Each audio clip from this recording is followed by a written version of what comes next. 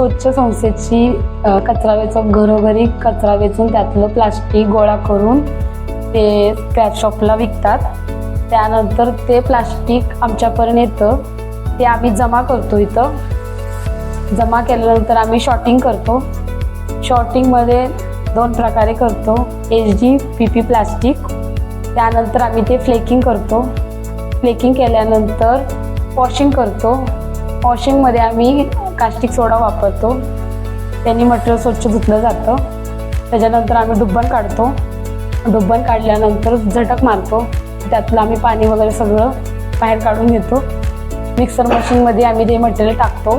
टाकल्यानंतर त्याचा ओलावा पूर्ण असं काढून घेतो आणि जसं ग्राहकांना कलर वाईज पाहिजे असेल तसं त्यात कलरही टाकतो. त्यानंतर ते काढल्यानंतर एक्सक्लुजनमध्ये टाकतो. एक्सक्लुजनमध्ये टाकल्यानंतर त्याची एक रशी तयार होते. रशी बाहेर आल्यानंतर कटिंग मशीन मार्फत ते कटिंग होतं आणि त्याचे दाणे तयार होतात.